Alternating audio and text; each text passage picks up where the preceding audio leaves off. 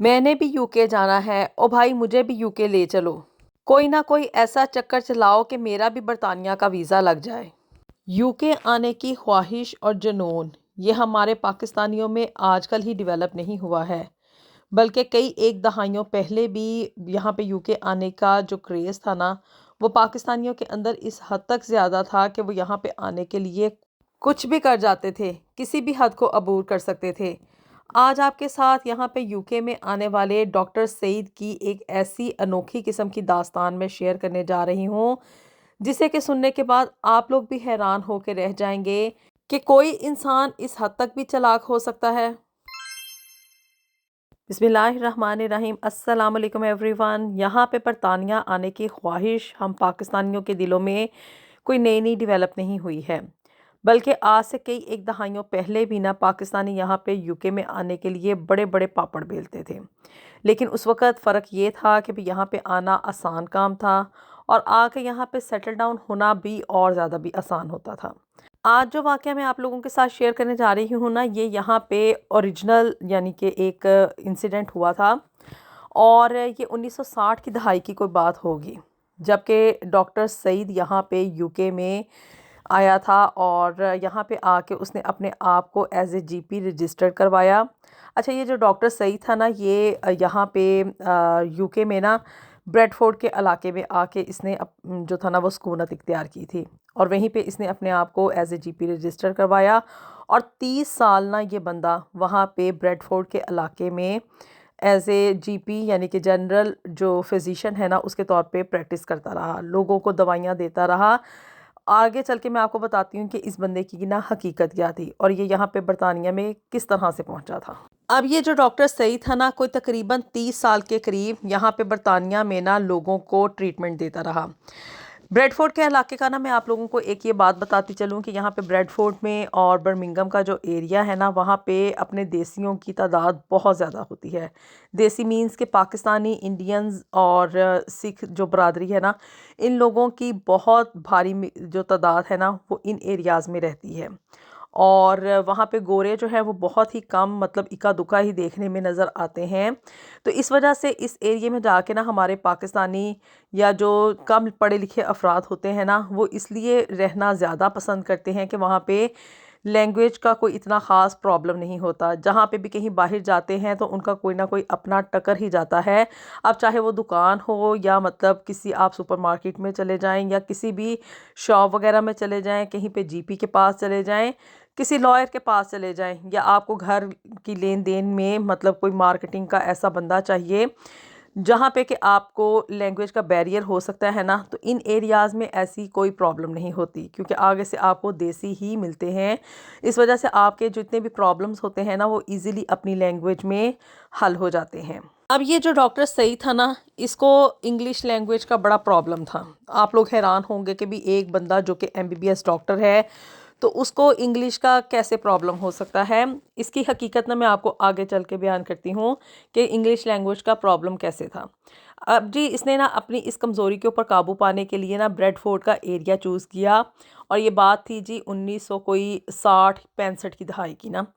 तो उस वक़्त ना इसने वहाँ पे ब्रेडफोर्ड में जाके रहना शुरू किया। वहाँ पे इसने अपनी सर्जरी खोल ली और वहाँ पे ना ये लोगों को जो प्रिस्क्रिप्शन थी ना वो वगैरह दिया करता था और उनका इलाज मुआवजा किया करता था। और ये इसकी कोई प्राइवेट सर्जरी थी जहाँ पे कि ये अपना जो पेशेंट्स था ना उनको प्राइवेटली चेक किया करता था। और लोग भी ना वहाँ पे इसको अपने एज ए फैमिली डॉक्टर के तौर पे ही जाके ट्रीटमेंट वगैरह करवाया करते थे, क्योंकि देसियों को जब देसी टकर जाते हैं तो वो उनसे इलाज करवा के ना बड़े ही खुश होते हैं कि एक तो अपना मर्ज़ बताने में उनको कोई इतना ख़ास प्रॉब्लम नहीं होता और दूसरा वो उनको ट्रीटमेंट भी ना उनकी मैंटेलिटी के लिहाज से दे देते हैं कि भाई यहाँ पे तो जो गोरे अगर डॉक्टर मिल जाए ना तो वो कंप्यूटराइज सिस्टम के मुताबिक चलते हैं, जल्दी दवाई प्रेस्क्राइब नहीं करते हैं और मोस्टली यही प्रेफर करते हैं कि आप अपनी इम्यूनिटी को स्ट्रॉन्ग होने दें।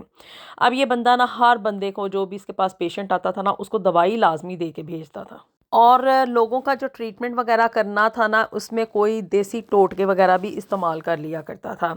जैसे कि अगर दांतों में दर्द है तो वो कोई आई थिंक जो ये राख वगैरह होती है ना उसका जो बचा कुचा हिस्सा होता है ना वो उनको प्रेस्क्राइब कर देता था, या इसने अपने पास वहाँ पे रखे हुए होते थे वो उन लोगों को दे देता था शायद। और इसी तरह से और भी कई एक अमराज का जो ट्रीटमेंट था ना ये बड़े ही वियर्ड अंदाज में किया करता था। और सम टाइम तो ये भी एक ड्रामा यहाँ पे बना था कि ये एक ऐसा डॉक्टर था जो कि शैम्पू का जो टीस्पून था ना वो खांसी और दीगर अमराज के इलाज को ना ट्रीटमेंट करने के लिए कहा करता था कि भी आपने शैम्पू का 1 टीस्पून जो है ना वो ले लेना है। फिर जी ये सब कुछ ऐसे ही चलता रहा, और इसकी ना सर्जरी के साथ एक फार्मासिस्ट होता था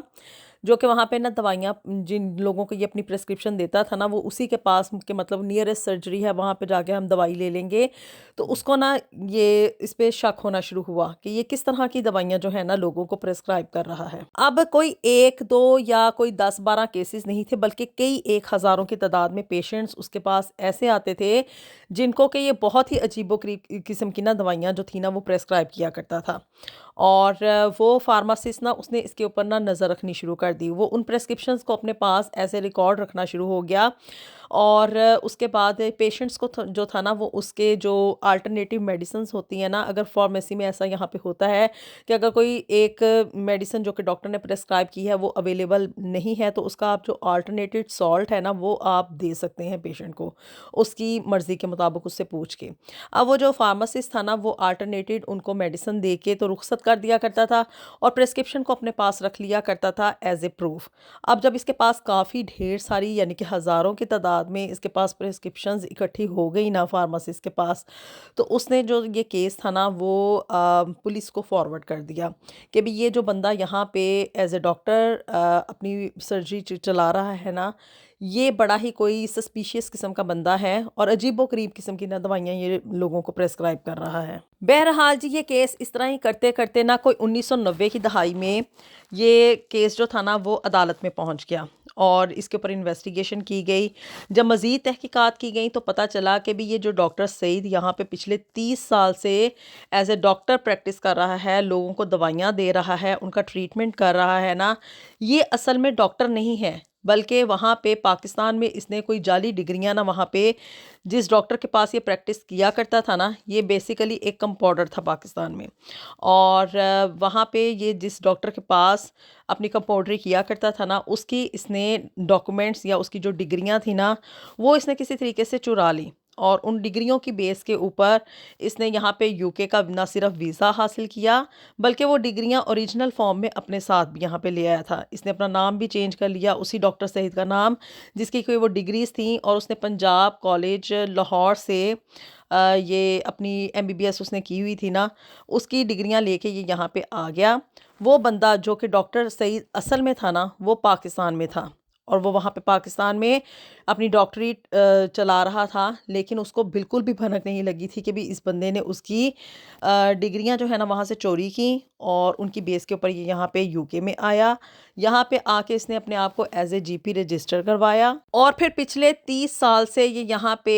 यूके में ना एज ए जीपी लोगों की ट्रीटमेंट कर रहा है। एक जाली डॉक्टर जो कि एक कंपाउंडर था और यहाँ पे रहते हुए उसने लोगों की ज़िंदगियों के साथ खेला, उनको अजीबो-गरीब किस्म की दवाइयाँ प्रेस्क्राइब किया करता था, देसी टोटके बताया करता था और पता नहीं ये बंदा ना क्या कुछ करता था। तो जी इस बंदे को जो कि यहाँ पे नकली डॉक्टर सईद के तौर पे आया था ना, उसको फिर यहाँ पे 5 साल की सज़ा सुना दी गई। इस इंसिडेंट का लिंक ना मैं नीचे डिस्क्रिप्शन बॉक्स में शेयर कर दूंगी कि अगर किसी को ये हो कि भी ये अभाम हो कि भी शायद ये कोई एक गड़ी गड़ाई बात है या इस तरह से कैसे हो सकता है, तो वो इस चीज़ को इस ख़बर की ना तस्दीक वहाँ से जाके कर सकता है। बहुत ही अजीबो-गरीब किस्म का वाक़या था। जब मुझे भी इस बारे में पता चला तो मैं भी काफ़ी देर हैरान हुई कि भी लोगों का दिमाग किस हद तक जाता है कि आप लोग सोचें 60s की दहाई में ये बंदा इस हद तक सोच रहा था कि उसने किसी की वहाँ से डिग्रियाँ चोरी की, ना सिर्फ डिग्रियाँ चोरी की बल्कि उनके ऊपर उसने अपना वीज़ा लगवाया, वीज़ा लगवा के यहाँ पे आके उसने अपने आप को रजिस्टर करवाया। और उन दिनों में ना जब ये बंदा यहाँ पे आया था तो यहाँ पे आके गोरे बड़े सीधे होते थे और वो इतनी इन्वेस्टिगेशन नहीं किया करते थे। ये तो अब हमारे मतलब देसियों की चालाकियाँ देख देख के ना इन लोगों के अंदर अब ये कुछ अवेयरनेस आई है कि भी इनके ऊपर रिस्ट्रिक्शंस लगाई जाए। और अब जब ये कि रिस्ट्रिक्शंस बहुत ज़्यादा हद तक बढ़ चुकी हैं तो फिर अब जो पाकिस्तानी इंडियंस हैं ना, उनकी चीखें आसमानों तक जा रही हैं। लेकिन फिर आप लोग खुद भी तो देखें ना कि कई एक ऐसे यहाँ पे वाक़यात होते हैं, लोग क्या कुछ नहीं करते यहाँ का वीज़ा लेने के लिए, यहाँ की नेशनैलिटी हासिल करने के लिए, लोगों की ज़िंदगियों के साथ तक खेल जाते हैं।